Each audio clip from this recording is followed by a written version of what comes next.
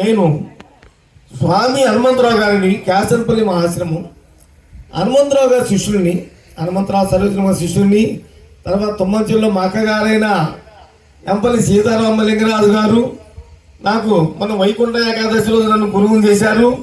అంతకుముందు నేను 2004లోనే మా హనుమంతరావు నాన్నగారి దగ్గర మాకు వరుసకు మామగారు అవుతారైనా.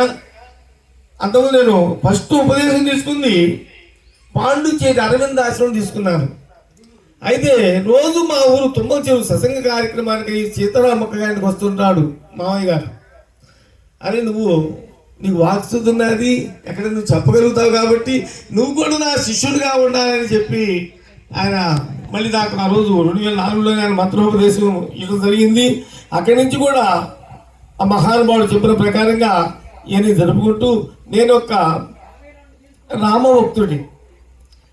నేను ఏ గుళ్ళో పోయినా కానీ నాకు శివాలయంలో పోయినా నాకు రాముడే గారు వస్తాడు, వేరే దేవుడు ఎవరు కాంటాడు. నాకు రామనామము తప్ప రెండోది ఏం లేదు. ఉదయం లేచి 4 గంటల కాంచి కూడా ఆ యొక్క రామజపంలో ఉండి ఆ రామ కార్యక్రమం చేసుకుంటూ ఈ రకంగా ఉదయం 6 గంటల దాకా పూజా కార్యక్రమం చేసుకొని ఏ కార్యక్రమం చేసుకుంటూ వస్తున్నాను అనమాట. నేను కరాలు పడదా కొత్తది కాదు. నేను 1975 నుంచి 84 దాకా కూడా డైలీ కరాలు పడి రోడ్డు లేనప్పుడు ఈ మాగాళ్ళలో నడిచి వచ్చేవాడిని. ప్రతిరోజు కూడా ఉదయం నడిచి వచ్చేవాడు కరాలు పడికి.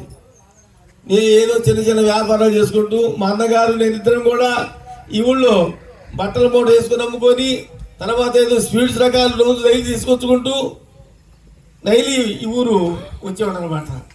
ఈ యొక్క 84 నుంచి ఈ యొక్క టూరిజంలో పడి తర్వాత ఇక్కడ ఎవరు అయ్యప్పను మాన్ వేసుకున్నా కానీ నాకు తప్పగా 2 వాళ్ళు వచ్చి అది పెట్టుకోలేదు బస్సు.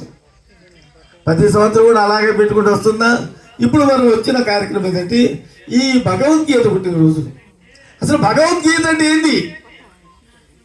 అర్జునుడు యుద్ధ సమయంలో బావా ఈ బంధువుల్ని చుట్టాలని వీళ్ళందరినీ నేను ఎలా చంపి ఈ నెత్తులు కూడా నేను ఎట్లా పుట్టి కట్టుకుందును అప్పుడు కృష్ణుడు నవ్వుతూ అంటాడు, మావా చంపేదెవరు సచ్చేదెవరు అంతా నేనేనయ్యా అని ఆ భగవద్గీతని మహానుభావుడు అర్జునుడు బోధించి అప్పుడు అన్నాడు అనమాట, అర్జున